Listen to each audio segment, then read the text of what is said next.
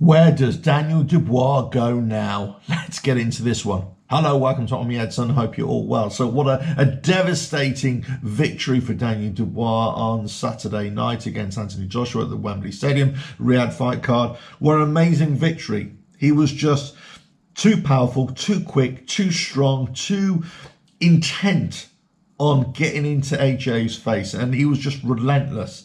Yes, AJ came back a little bit at times in a couple of rounds, but let's not mess around here.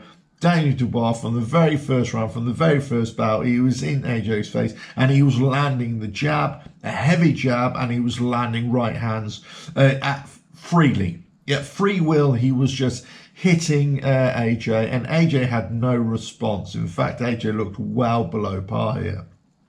So what happens now to Daniel Dubois? Where does he go from here? Well, you would imagine there's only one way. He's got to go up. He's got to go to the top table because he is a bona fide world champion now.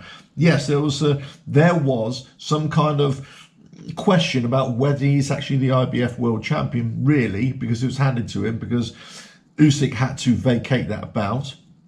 Okay, granted, but now he's officially defended that bout against AJ in devastating fashion. So you think, yeah, okay, fine, legitimize that for me.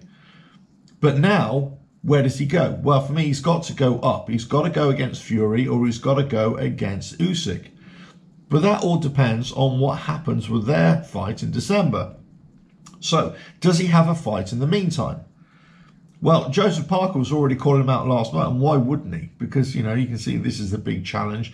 This is going to be a big money fight, and if he can get on the Riyadh fight card again, let's say even in December, on the undercard of Fury Usyk, then what a great night of boxing that will really be. And I totally agree. In fact, I think that would be a great fight. It would be a great matchup.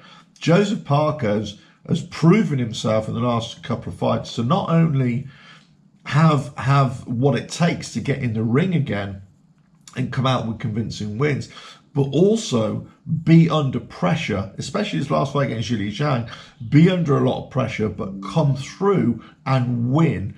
And that's what it takes. He's going to have to box really clever, come up with a great strategy against Daniel Dubois to even have any chance there. But what about Daniel Dubois? Is that the right fight for him? Now, in the other video when I was talking about where does Joshua go, for me, the only fight for Joshua is to go back in with Dubois.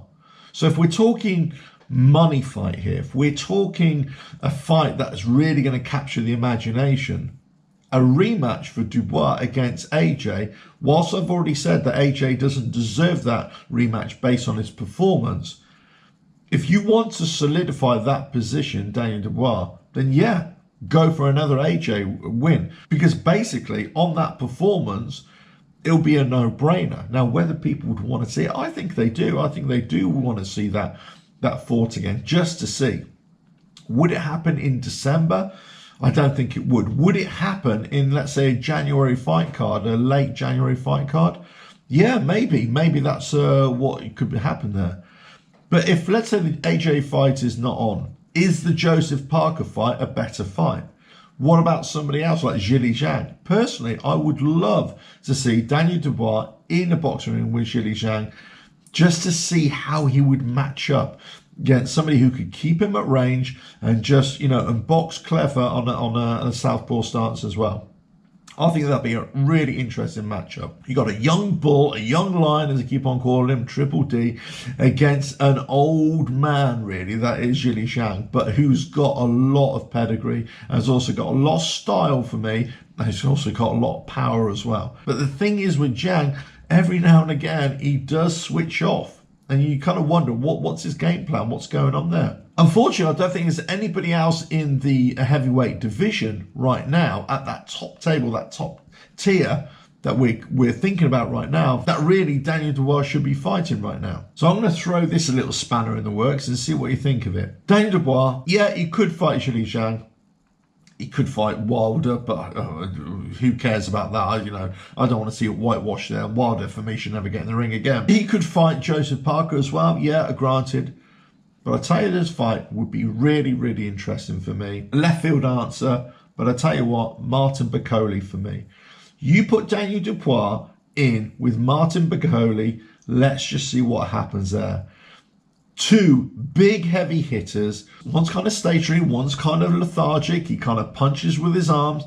There's not a lot of movement, but there's a huge amount of power there. What a fantastic win against Jared Anderson. Amazing, amazing win. And I'm a huge Bakole fan here, so maybe this is why I'm trying to get him in the ring with Daniel Dubois. Now, I think Martin Bakole would give Daniel Dubois a run for his money as well. I truly do. So for me, the fight to make, because Bakole would be underestimated by many boxing fans, and also I think by the promoters as well, I think that Daniel Dubois' next fight should be against Martin Bakole. Martin Bakole, Daniel Dubois on the December fight card. If Daniel Dubois is recovered in time, which I think he has, Martin Bakole had a relatively easy win against Jared Anderson, so I think he'll definitely be ready for it. That's my pick. That's where he should go next. But ultimately, we know that the trajectory of Daniel Dubois is onwards and upwards. So he's 27 years old. He's got time now to lose his belt, if that were to happen. Of course, I'm not saying that would. And he could also come back again and again and again. He's got youth on his side, whereas the rest of the fighters at that top table, the top tier, they don't have youth on their side. Jili Zhang has probably got, well, you could argue he should have retired already, but you know, he is retiring very soon. Same with Usyk, same with Fury, definitely with AJ. Wilder's already gone, let's say. There's calls for him to come back, but let's face it, we don't want to see that either. Joseph Parker is getting up in years as well. So, you know, we're talking about Daniel Dubois and that next generation. Well, that next generation, there's not many there. You've got Jared Anderson, obviously, who Martin Bakole's beat. Martin Bakole is there as well. I think could be a great champion. But then you're looking beyond that, and I say there's not many there at all. Not many have proven themselves in recent months or the last couple of years, or certainly put themselves into the consciousness of not only big boxing fans, but also the big fight promoters as well. So for me, there are options for Daniel Dubois before he can get into the ring with Tyson Fury and or Usyk, and to get a unification fight and to get an undisputed fight. He's going to want to get in with somebody else before he gets in with either of those two. Now, who would win out of Usyk and Fury? I'll make another video about that near the time. I believe that Fury has a really good chance in that fight. I really do. I said it straight after the fight against Usyk, the first fight. I think he's got a good chance. So then this poses the other big question. If Fury were to win, or to lose, let's say, but if you definitely were to win, and if that's the fight you want to make, Fury against Dubois, how would that happen? Would that even be allowed to happen? Because they're both under Frank Warren. Would that even be a thing? Would Fury just back that one away and say, no, he's no good. He'll play his games again. He's just not good enough for me. And we'd never see that fight. If Usyk wins or if Usyk loses, then there's a much better chance that Dubois would fight Usyk in an undisputed fight or some kind of loser's fight as well. But that for me would be the fight that's most logical and most likely as well. But if Fury wins, I don't think Dubois is fighting Fury anytime soon. In fact, I don't think it will happen at all. But Dubois, Usyk, yeah, he's already called for a rematch already. I think that happens. I definitely think that happens. But we're talking about 6-8 months down the line. So Dubois needs a fight in the meantime. He has to keep himself active. And this is what I say always about boxers. You've got to keep yourself active. Every 3 or 4 months, especially if you're not injured, you need to be in the ring. You need to be fighting, especially at this level. Especially at this level, you need to be active. So Dubois, he needs a fight before the Fury or the Usyk opportunity, let's say. So therefore, we're talking Joseph Parker, Jili Zhang, Wilder, I suppose you could throw in there if you really wanted to have that wet dream. For me, no.